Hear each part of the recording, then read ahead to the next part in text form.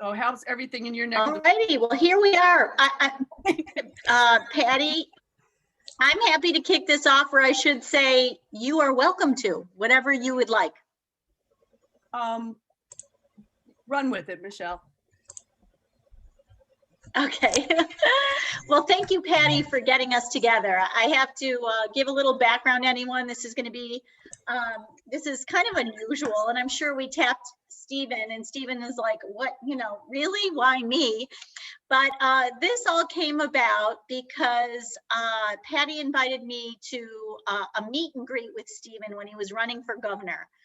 And it was just incredible meeting Stephen. And I thought he did such a wonderful job introducing himself and his vision for his work, sharing his values, really making the case of why he was the right person for the job, but also really inspiring in a much bigger way. So it was a really impressive presentation, Stephen. And when we were talking about back to CASA land, about how important storytelling is, how important it is for all of us who share the CASA story at the board level, the volunteer level, at the staff level, really hone in and try to get better, not only from a content standpoint, but also a presentation and a confidence standpoint. So this is something that the program committee, with Patty being chair of the outreach committee, and Patty's the chair of the outreach committee, has encouraged us to do this year, and is kind of the focus of the committee work. And, you know, our first step was kind of building an ambassador toolkit that's on Board Pro, and people have access to this, and it's a lot of the materials that Julia's helped put together. And the second piece of our work is really training up, and that's where Stephen comes in. So at this point, I think everyone's clear on the goals of what we're trying to do today. So Stephen, I think I'm going to just turn it over to you, and you know, if you'd like to do introductions, or if you want to just jump in, it's all up to you. I want to jump in for 1 second. Go for it. Stephen said he was the right person for the job. The job was running for governor. I think he's still the right person for the job. Okay. Here. This is all very 501c3 friendly. I appreciate that. So that's very kind of you to say. I'm thrilled to be with y'all, and as a former foster parent, as a kid who grew up in a family that had foster kids, I just thank you for the work that you do, and glad to be a part of it in a very small way. We're going to do this fast. We're going to try to do this presentation in 25 or 30 minutes so that hopefully it's something you can come back to and is useful. What I've tried to do is distill down 4 things that I and other people on our team have learned the hard way from doing, you know, literally tens of thousands of conversations with people around the state of West Virginia. And my hope is that some of these things are useful to y'all. And if nothing else, please use the next 25 or 30 minutes as a chance to just reflect on what you already know too. That one of the things we find over and over is that often the best answers come from within instead of without. To get us in that frame of mind, the first thing I want to do is ask y'all to reflect. So take a moment. If you have pen and paper, pull them out. If you're a computer person, find a blank page. And I want you to think about the single best or most memorable speech or news story or conversation that you've been a part of. So just pick one. Don't pick all of them. Just pick one, a great speech or a news story or conversation that you were a part of. If you can, kind of put yourself in that moment. So remember what you were seeing, who was it with, what did they say, how did it make you feel? Kind of get yourself in that moment. Hopefully you're there. Now take your pen and paper or your blank computer screen and answer this question. What did the person do What action did they take? What did they say? What did the person do, the communicator, to make it so memorable? And just take a moment or so to answer that question in your own words. So it could be a thing they did with their face. It could be a way they told a story. It could be an issue that touched you in particular. It could be anything. But the question is, thinking back to that moment, what did the person do that made the communication, the conversation, the speech, the news story so memorable for you? And we're just going to take a whole minute in silence to just write and stew on that question, and then we'll take a couple of them.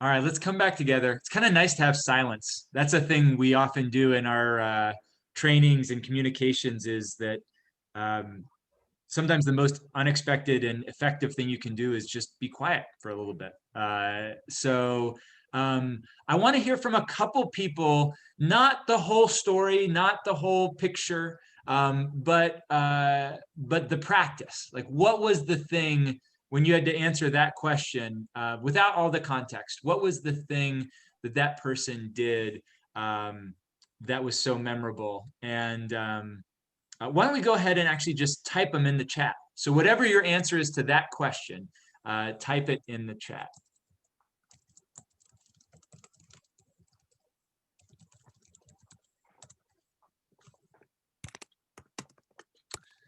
All right, and Julia, I'm going to ask you, as we're typing, can you just read them off for us? Sure. So when I thought about not just one Sorry, just read off all of the chat. Sorry, just read off the chat as it is. Sure. Sure. Yeah, sorry. Inflection, pauses, storytelling when available or appropriate, having a conversational method or approach, open speaking, speaking openly to others in the room, authenticity, vulnerability, connection to purpose, and sharing it from the heart like you're talking to a friend. And keep going, just read all of them. Yeah. Cried, personal / humanizing, something new that hooked on a general belief. The facilitator used personal stories, lots of energy and humor, personal connection to the topic. They were engaged. Barack Obama after Sandy Hook, raw, honest emotion, wiping a tear, slopped posture, meaning he's physically taken with it. And Carrie said, that was mine too, Patty. Great. So this is terrific. And again, I think a good reminder that we know a lot of the things that it takes sort of deep inside us too, that we don't always have to look outward. For the rest of the training, what I want to do now is sort of have you shift into a different moment, which is to imagine the next time you're going to be a storyteller, whatever it is.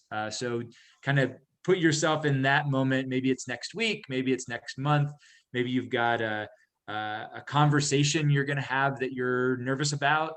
Maybe it's a news reporter you're going to talk to. Maybe it's meeting a new family. Maybe it's speaking at a public engagement. But just think of a particular opportunity you have coming up, big or small. And we're just going to kind of use that as a touchstone for the rest of the training. Again, we find it's kind of helpful to think about things in a particular moment rather than in generalities. So as you've got that hopefully in your mind, I'm going to share with you 4 things that I come back to, 4 just little reminders that I often play in my own head as I'm preparing for the opportunity to communicate, or as I'm training or working with someone on our team as they're preparing to talk or communicate. Here's the first one.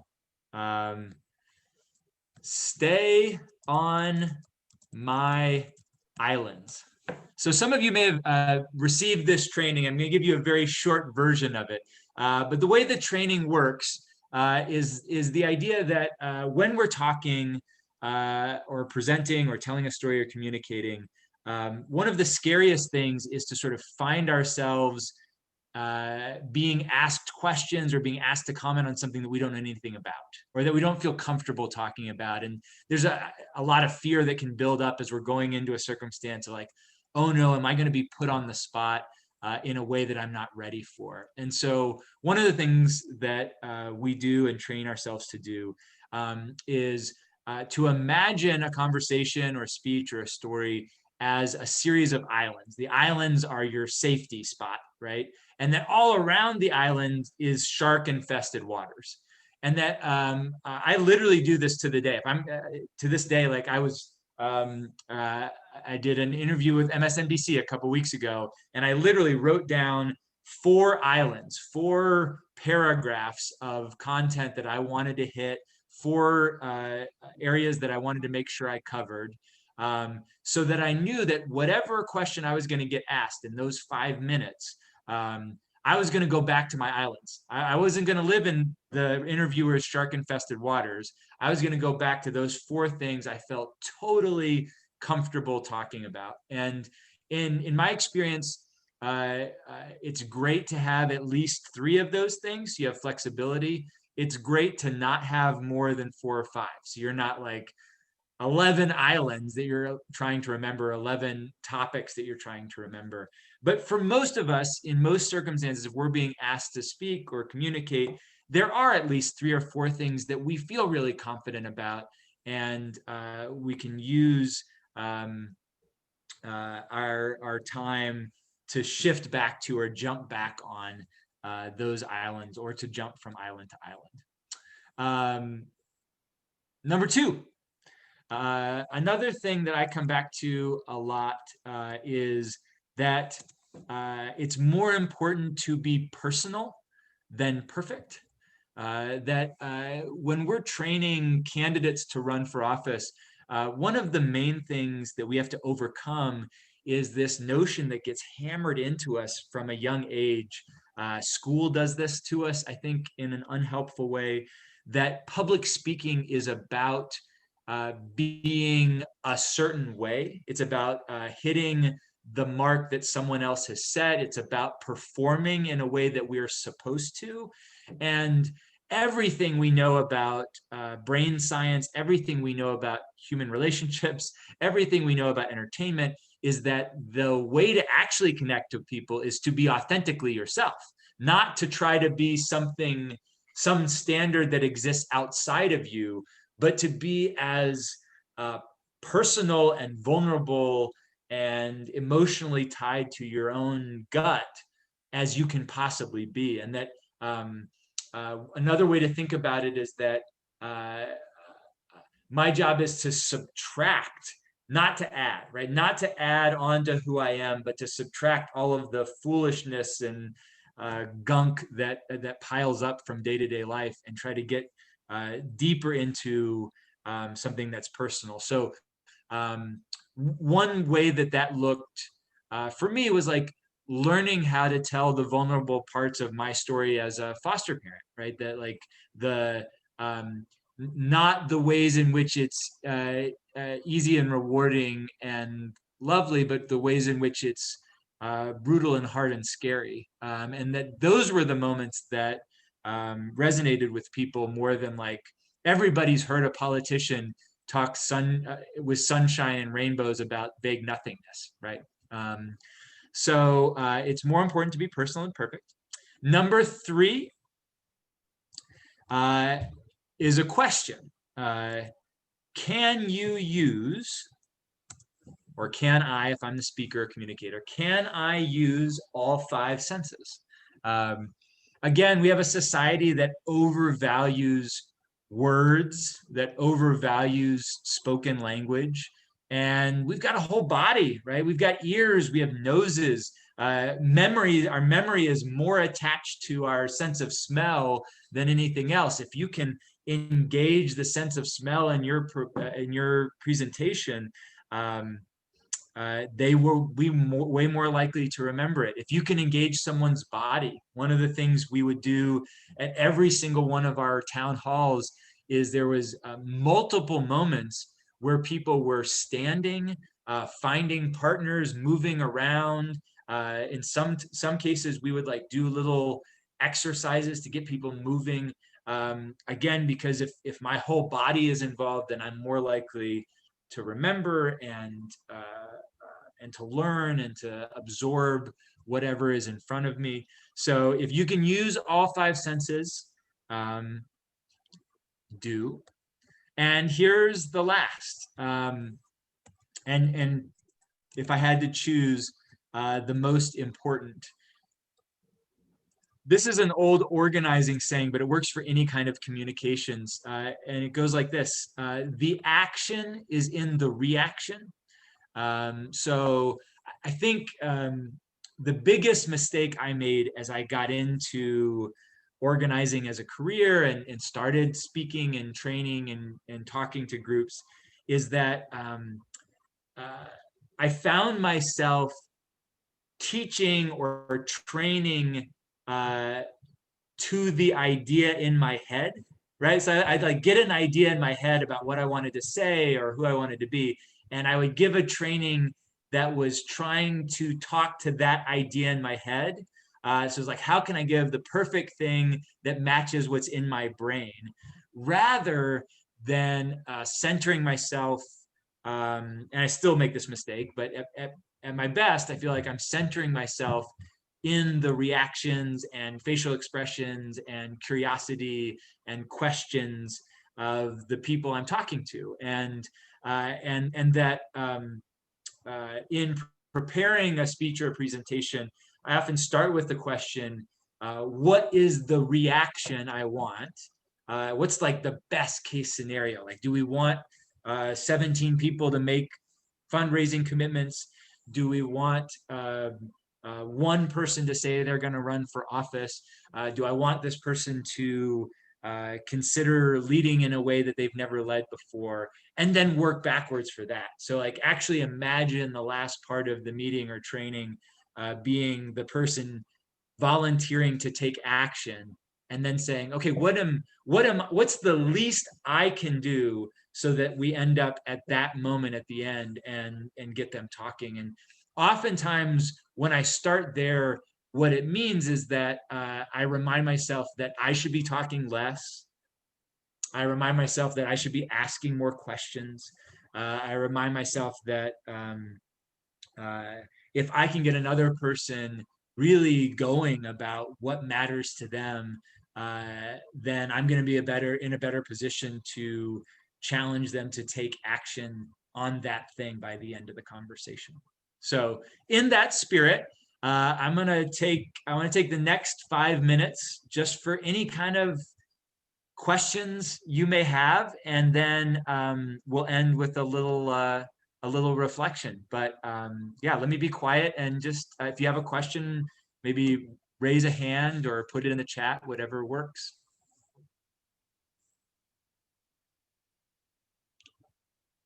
Okay, I'm game. I'll do it. Go for it, Patty. If I could just add, and it's kind of like with your islands idea, when I was doing a lot of press, Sherry Simon, who was the director of ABC Evening News, gave me the best advice I ever got in dealing with the media. And she said, "Oh, doggy," she said, just say in your head over and over, "The Pope wears green shoes." It means nothing, except that means go back to just, they're going to ask you a question that you don't want to answer or it is not within your purview or your island. Just remember, the Pope wears green shoes, and you go right back to your patter, and they can't dislodge it. So that was the most important thing I think I've ever learned. Yeah, that's a good one. Another thing I learned is sort of in the moment, like if you feel yourself panicking. Oh, yeah. So the question, when you get off the island, what strategy do you use to get back? Part of it for me is like, I'll often write it down. If I've written something down, I'm more likely to remember to go back to it. So if I write something down and then before I go into a conversation, I'll look at it and just try to remember so that after enough practice, if someone asks me something, I can just recall those three things. Another like crutch that I use sometimes to get back to an island or just to buy myself more time is if someone asks me a question I don't know the answer to, I ask them what they think the answer is. And as a candidate or as a presenter or as a trainer, it's actually really refreshing to have someone not have the answer to everything. So what can feel like a weakness, like, oh, I'm supposed to have the answers, I'm going to ask someone else what they think, is actually it's actually a strength. So if someone asks you a question and your response is, "What do you think?" Then you're making them more powerful. You're showing yourself as someone confident enough to ask someone else. So often not having the answer and giving the question back to someone is an act of strength rather than weakness. So that's another, and it also buys you a little more time to get back to your island.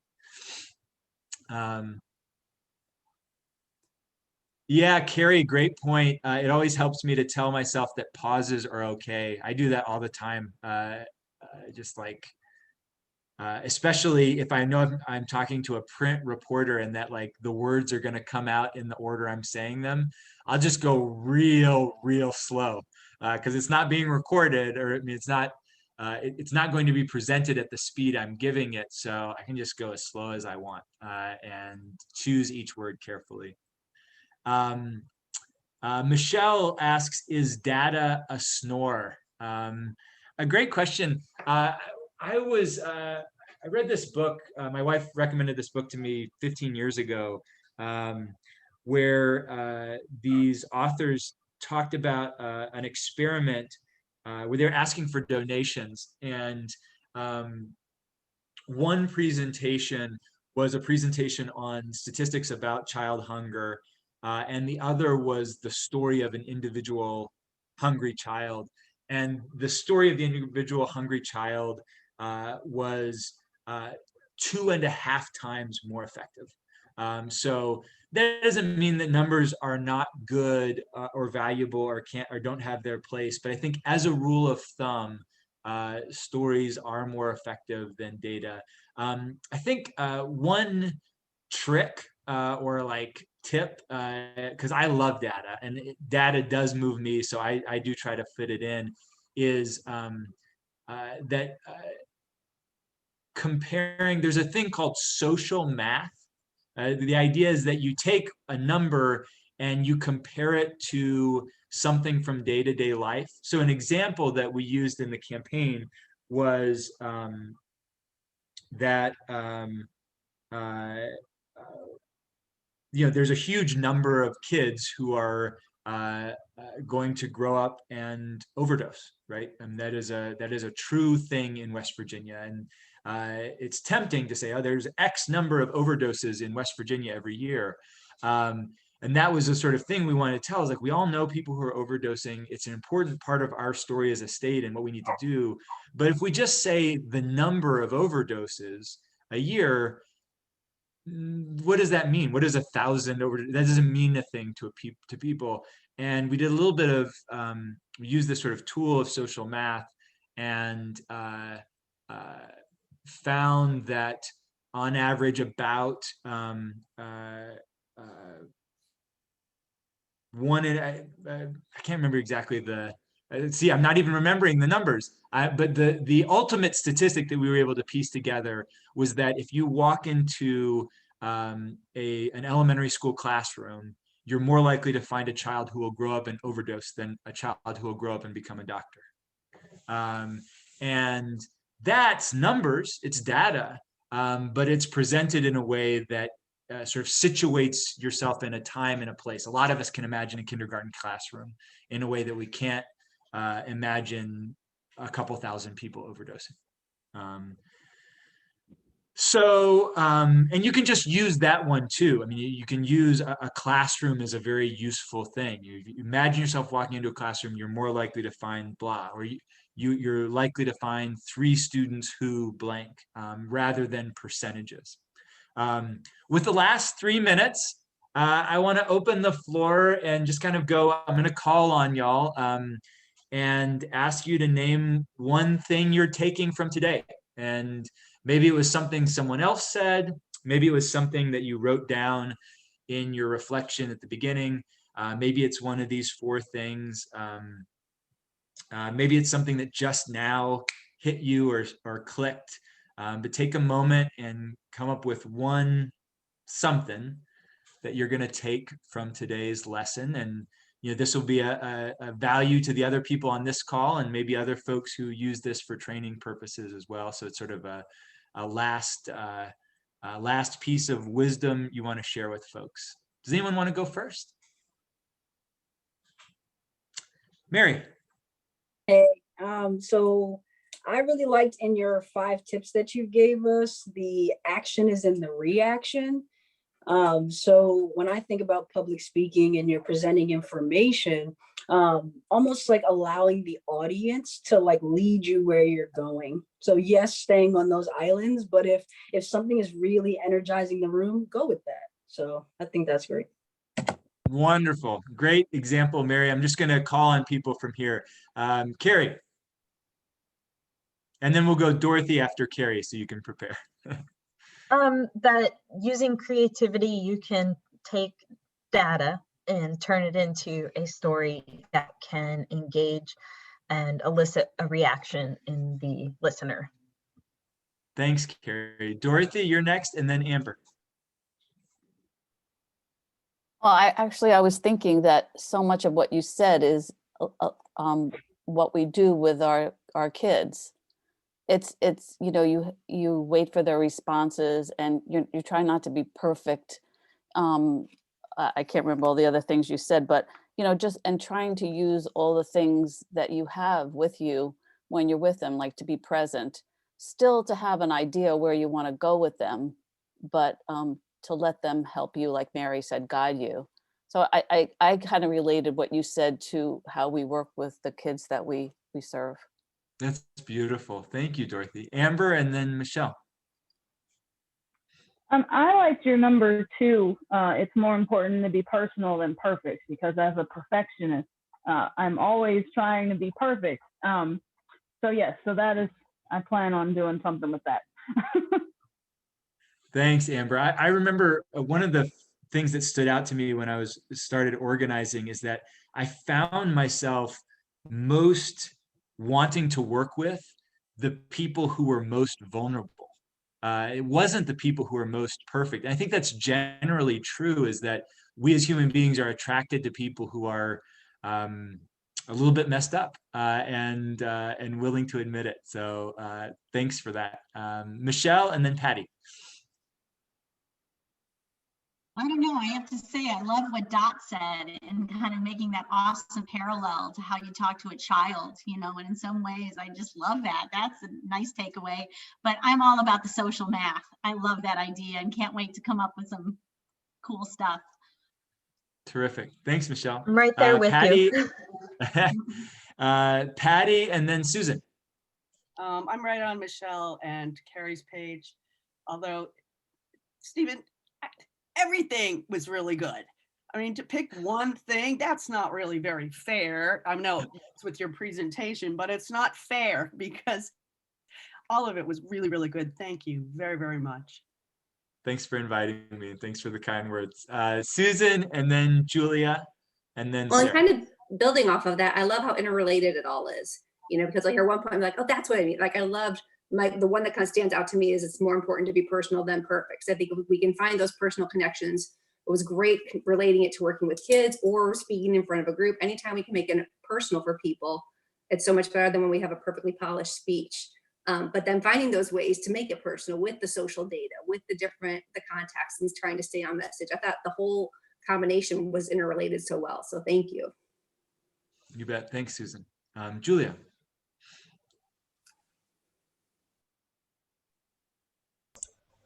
So having been in outreach and marketing for many years and previously worked in hospice care, I get the vulnerability. There was a lot of nails on the head that you hit for me personally, given my experience. But I think for me, one of the really powerful reminders is the 4 things. Just have 4 things. Simplify. You know, there oftentimes we're trying to hit so many points that we lose ourselves. Like we knock ourselves off our own island, you know, and just to really focus in that way on the top priorities where you can, and less than 5 is a really good rule of hand. Yeah, that is the one I use the most. That is my biggest crutch. And Sarah, can you, Yeah. There you go. Sorry. I'm similar to Amber. I really liked the fact of staying on the island because I think I always felt, you know, you have to answer those other questions. And really listening to this made me think, if I stick to my island, then people are going to understand and resonate with what I'm saying and what the point I want to get across, as opposed to answering all the other questions that people may come up with that aren't on my island. Yeah, well said. One of the things that someone told me once that stuck with me along those same lines is, you know, especially when you're talking to the press, but it goes in most any other circumstance. You know, your responsibility is not to the interviewer. Your responsibility is to the person watching at home, right? And so your job isn't to get caught up in what the interviewer wants you to talk about. Your job is to communicate this thing that you've prepared and that you've poured your heart into, not the thing that they just got you with. So it's also a way of being faithful, not just to yourself and your own island, but being faithful to like the thing you're trying to make happen in the world. So you guys are doing great work. I'm going to put my email address in the chat. If you ever want to talk strategy on a particular thing, feel free to be in touch. I am going to go make dinner. But this was so much fun, and I really appreciate the opportunity. And yeah, just keep doing what you're doing, and please don't be strangers. I'd be happy to hear from anyone on this call about anything, anytime. Take care, y'all. Stephen, thank you so much. Have a great night. My pleasure. Bye, y'all. Thanks. Bye-bye. Thanks everyone for joining us tonight. I'll just shout that out real quick. I know everybody else feels that way, but this was wonderful. And I've got lots of notes and I'm looking forward to sharing the recording if you want it in the future. Great, Have thank you. Great. the name of the book? I did not get the name of his book, but we could probably sleuth it out. Just relaunch the Thanks, video. everybody. Yeah, thanks for Thank you. organizing. This would be Thank great to you. include with training resources, definitely. Okay. All right, thanks guys. Have a good night. Michelle. Bye. Michelle, Yes. do you think we